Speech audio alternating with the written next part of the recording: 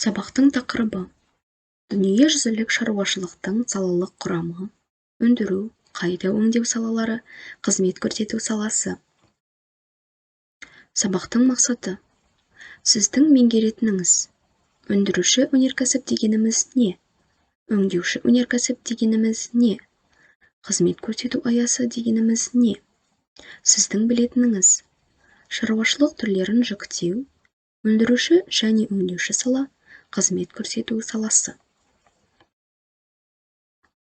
Өнеркәсіп ұғымы: өнеркәсіп ұлттық экономиканың шикізат, отын, энергия өндірумен, ағаш өнімдерін дайындаумен, өнеркәсіп және ауыл шаруашылық шикізатын, өндіріс құрал жабдығымен, тұтыну заттарына өңдеумен, қайта өңдеумен айналысатын кәсіпорындарды, зауыттарды, фабрикаларды, кеніштерді, шахталарды, электр станцияларын, тағы да басқаларын біріктіретін аса маңызды саласы.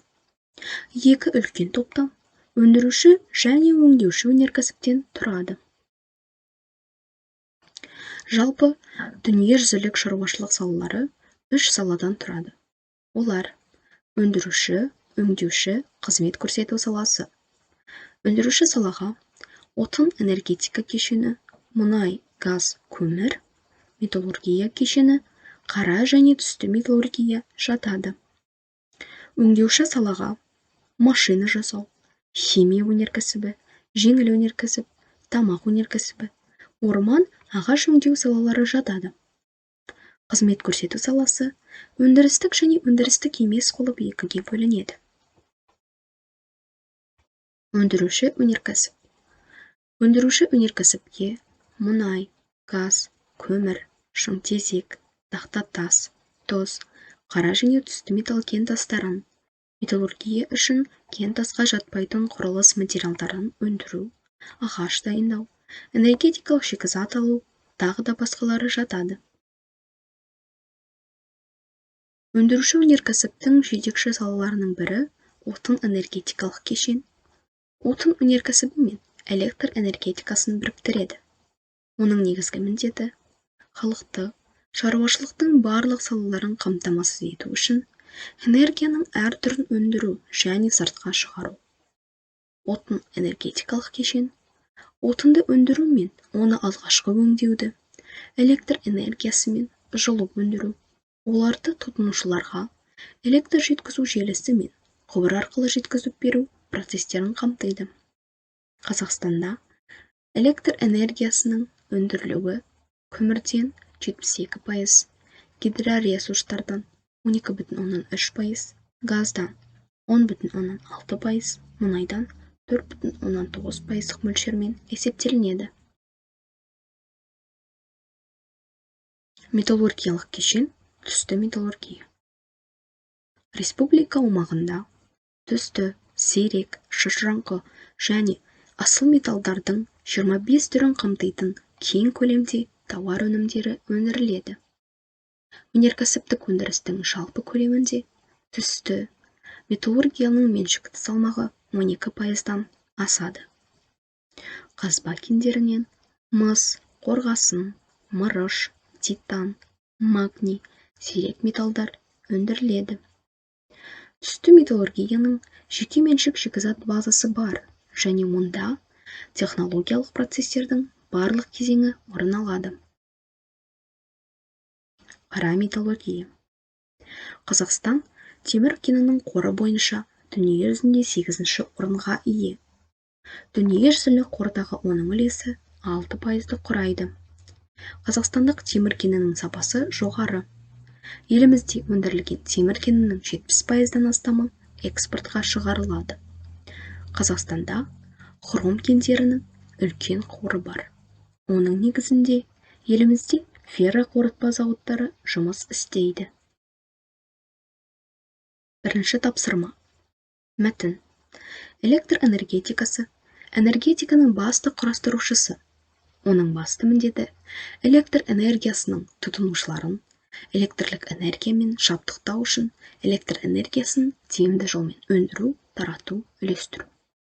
Ең көп өндіретін елдер ақш, Ресей, Жапония, Германия және Канада.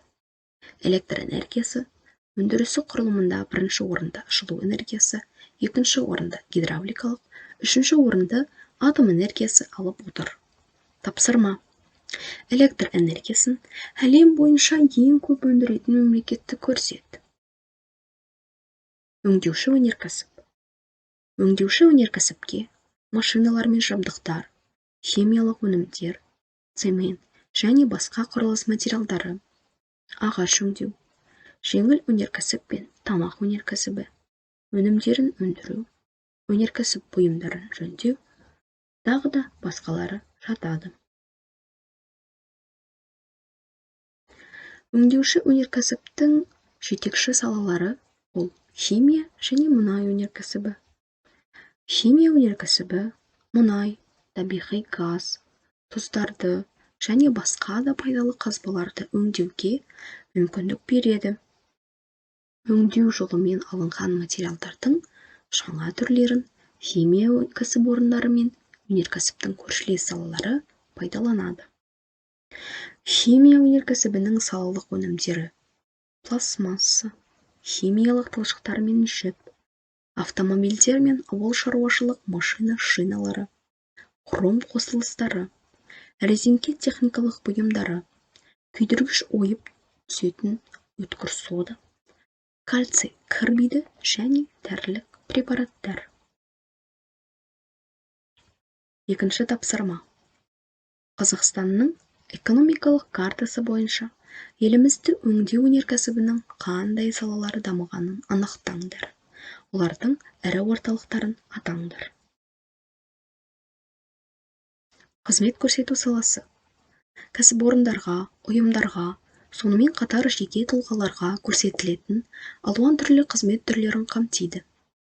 Көрсетілетін қызмет бұл тұтынушылар үшін белгілі бір құндылығы мен бағасы бар іс-әрекеттер. Қызмет көрсету барысында қандай да бір заттық өнім жасалмайды. Тұтынушыға іс-әрекеттің өзі қажет. Қызмет өндірістік және өндірістік емес деп бөлінеді. Өндірістік қызметтер.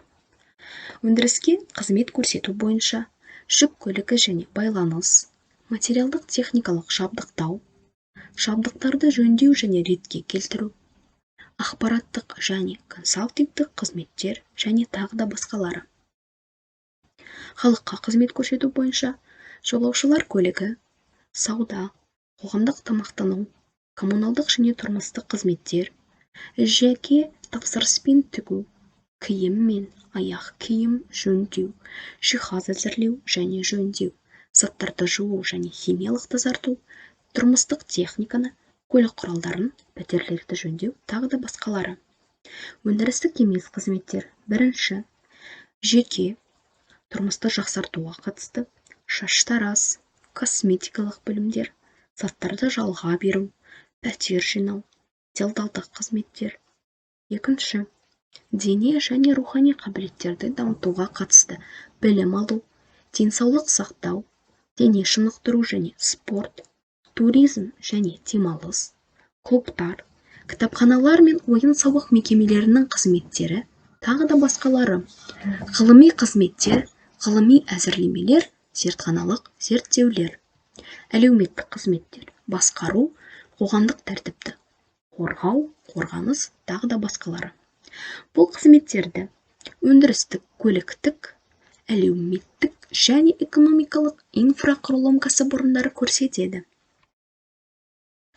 Үшінші тапсырма. Сен тұратын аймақта қызмет көрсетудің қандай салалары дамыған? Әрбір сала бойынша оларды көрсететін кәсіпорындардың кем дегенде үшеуінің атауын атаңдар.